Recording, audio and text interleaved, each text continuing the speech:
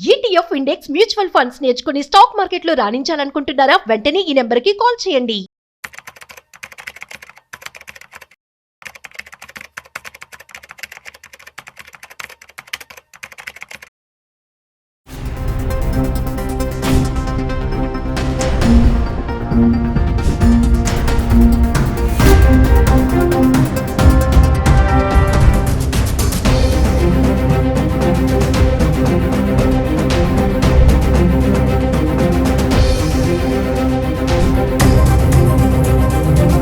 Recent గా crash అయినటువంటి air craft air India గురించి ఇవాళ మనతో మాట్లాడడానికి హైదరాబాద్ ఏంజల్స్ డైరెక్టర్ రత్నాకర్ గారు మనతో ఉన్నారు. సో వారి మాటల్లో అసలు జస్ట్ నార్మల్ గా కామన్ హ్యూమన్ బీయింగ్ గా ఎలా రియాక్ట్ అవుతున్నారు మనం చూస్తున్నట్లయితే ఇందులో చనిపోయిన వాళ్ళందరిది ఒక్కొక్కరిది ఒక్కొక్క స్టోరీ. ఒకరు లవర్ అని చెప్పి, ఒకరు ఫస్ట్ టైం జాబ్ కోసం అని చెప్పి వెళ్ళడం, ఒకరు ఫస్ట్ టైమే ఫ్లైట్ ఎక్కడం, అండ్ ఒకరైతే డాక్టర్ ఫ్యామిలీ లండన్ లో వెళ్ళి సెటిల్ అవ్వాలని చెప్పి అనుకుని ఫ్యామిలీ అందరూ కూడా కలిసి వెళ్ళడం. ఇవన్నీ కూడా చాలా హృదయ విదారకరమైనటువంటి సంఘటనలు. సో వీటికి సంబంధించి రత్నాకర్ గారు ఎలా ఫీల్ అవుతున్నారు ఏంటో అడిగి తెలుసుకుందాం. సో హాయ్ సార్, నమస్తే సార్. ఇది చాలా బాధాకరమైన విషయం అనే చెప్పాలి, ఇప్పుడు జరగనిది. సో దీని గురించి మీరు ఎలా ఫీల్ అవుతున్నారు అంటే ఏమని చెప్పి? అంటే ఒక వర్రీ అయితే ఉందండి. నేను ఫ్లైట్ ట్రావెల్స్ చాలా చేస్తూ ఉంటాను. ఫ్లైట్ ఎగురుతున్నప్పుడల్లా అది కింద పడుతుందా అని భయం ఉండేది. ఫీల్ వస్తూ ఉంటుంది చాలా మందికి. ఇంట్లో వాళ్ళు కూడా వరీ అవుతున్నారు, ట్రైన్ లో వెళ్ళరా ఫ్లైట్ లో వద్దా. Currently that is the situation. Concern అంటే ఫ్యామిలీస్ అందరికి too much of concern for అస్.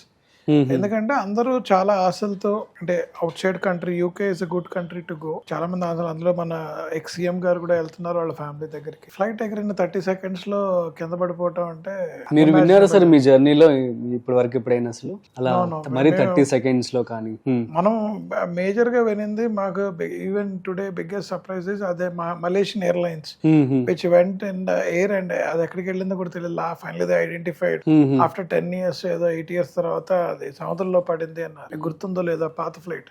అప్పుడే మాకు చాలా భయం వేసింది ఆ ఇన్సిడెంట్. ఎందుకంటే ఇదేంటి మనం ఫారిన్ కంట్రీస్కి వెళ్ళినప్పుడు ఇది మధ్యలో ఎక్కడ పోయిపోతే అసలు మనం ఉన్నామా చనిపోయాలని ఇంట్లో వాళ్ళకి తెలియదు. అది ఆ ఇన్సిడెంట్ నాకు చాలా నెగిటివ్ అనిపించింది. కొంతకాలం భయపడ్డాం. ఇది మరీ ఘోరం ఇది. ఎందుకంటే మనం వాడేవాడు పాపం పిల్లాడు ఆ వీడియో తీయటం యాక్సిడెంటల్లీ, అండ్ ఆ ఫ్లైట్ అలా ఎగిరి అలా కింద డామ్ అని పడిపోవటం సర్ప్రైజింగ్ ఆస్పెక్ట్. అంటే we always have that anxiety. చాలా మందికి మీరు ఫ్లైట్ టేక్ ఆఫ్ అవుతున్నప్పుడు చాలా యాంగ్జైటీ ఉంటుంది, చెవులు నొప్పులు కూడా వస్తూ ఉంటాయి హై ప్రెషర్ వల్ల. ఈ భయాలు పెరుగుతాయండి చాలా. నిన్న కూడా నేను పైలట్స్ తో మాట్లాడడం జరిగింది. వాళ్ళు అఫీషియల్ గా బయటకైతే వచ్చి మాట్లాడలేము అంటున్నారు, కానీ వాళ్ళు చెప్పడం ఏంటంటే న్యూస్ ఛానల్స్ వాళ్ళందరూ కూడా మరి భయపెట్టేస్తున్నారు జనాల్ని. సో అందుకనే అసలు అందరూ కూడా ఏదోలాగా చూస్తున్నారు మమ్మల్ని అని చెప్పి చెప్పడం జరిగింది. ఎవరు passengers. Flight journey is only the safest journey అని చెప్పి అంటూ ఉన్నారు. 1,10,00,000 ఫ్లయింగ్ జరిగితే అందులో ఒక్క ఫ్లైటే యాక్సిడెంట్ అయినటువంటి దాఖలాలు ఉన్నాయట. సో దీన్ని మనం ఎలా తీసుకోవచ్చు అండ్ యూనో ఆడియన్స్ కి మనం ఏం చెప్పొచ్చు? జనరల్ గా అంటే ఫ్లైట్ సేఫ్టీ స్టాండర్డ్స్ అని ఉంటాయి. Every flight before flying three times check చేస్తాం ఎవ్రీ ఫ్లైట్. ఒకసారి భగవంతుడు డెసిషన్ ముందర మన ఎవరం డిఫరెంట్ కాదు. మీకు tsunami is a classic example. నేను ఆశ్చర్యపోతాను, సునామీ వచ్చిన ముందర రోజు రాత్రి మీకు చెన్నై ఆర్డిఆర్ దీంట్లో ఐ వాజ్ దేర్ 2004. నేను ఆ రోజు రాత్రి మా ఫ్రెండ్స్ అందరం ఎంజాయ్ చేసి 25th రోజు వి వెంట్ బ్యాక్. అక్కడ నుంచి జస్ట్ 1 kilometer దూరంలో పడుకొని ఉన్నాం. ఎందుకంటే అందరికి బీచ్ అంటే పిచ్చి కదా. నెక్స్ట్ డే సునామీ వచ్చింది. You seen complete wash out. నాకు చెన్నై నుంచి హైదరాబాద్ రావడానికి 4 days పట్టింది. అక్కడ గొడవలు, గందరగోళం, సడన్ గా ట్రావెల్ కాస్ట్ పెరిగిపోవడం, మా ఇంట్లో వాళ్ళు కంగారు పడిపోవడం. అప్పుడప్పుడే సెల్ ఫోన్ వస్తుంది. నేను ఇంటికి ఫోన్ చేసి అక్కడ ఎత్తుక్కొని అక్కడ ఫోన్లు పని చేయకపోతే. సో ఇలాంటి ఇన్సిడెంట్ చూసినప్పుడు అనిపిస్తుంది కొన్ని బియాండ్ అవర్ కంట్రోల్. మొన్న 11 అతను మీరు చూస్తుంటే అసలు ఇప్పటికే అర్థం కాదు అసలు వాడిని భగవంతుడే శ్రీకృష్ణుడో రావడో వచ్చి వాడిని బయటికి తోసేసాడో బతికించడానికి. నేను చాలా అనుకుంటాను. అందరూ పోయారు, వాడు ఒక్కడిని బయటికి తోసాడు. చూడండి, సర్ప్రైజింగ్లీ చాలా అదృష్టం. So some times we don't know how the God will behave. మేము ఒకటే అనుకుంటామండి, ప్రయాణం చేసే ముందు ఒకసారి భగవంతుని దండం పెట్టుకోవడం, బాగా సేఫ్ గా వెళ్ళాలని. As you said, flight is the most safest travel actually. If you compare road and rail, the number of accidents flight has very less, 0.01% కూడా లేదు. బట్ ఈ ఇన్సిడెంట్స్ ఏంటంటే లార్జర్ గా ఇంపాక్ట్ అవుతుంది ఫ్లైట్ అయినప్పుడు. మీరు రోడ్ యాక్సిడెంట్స్ రోజు అవుతున్నా జనాలు పోతున్నాయి, ఎవరు మాట్లాడలేదు. ట్రైన్ కూడా అప్పుడప్పుడు యాక్సిడెంట్ అవుతుంది, okay, that has an impact. But flight accidents ఏంటి, ఫ్లైట్ లో ఉన్న డిసడ్వాంటేజ్ ఏంటంటే ఛాన్సెస్ ఆఫ్ సర్వైవల్ ఇస్ 0. అదొక్కటే మనం కన్సర్న్ అనమాట. ఎందుకంటే ఇప్పుడు ఫ్లైట్ ట్రావెల్స్ పెరుగుతాయి. మీరు చూసారు కదా, ఎయిర్పోర్ట్స్ పెరిగిపోయాయి. హైదరాబాద్ ఎయిర్పోర్ట్ నేను రోజు కిలోమీటర్ నడుస్తున్నాను, నేను ఆశ్చర్యంగా.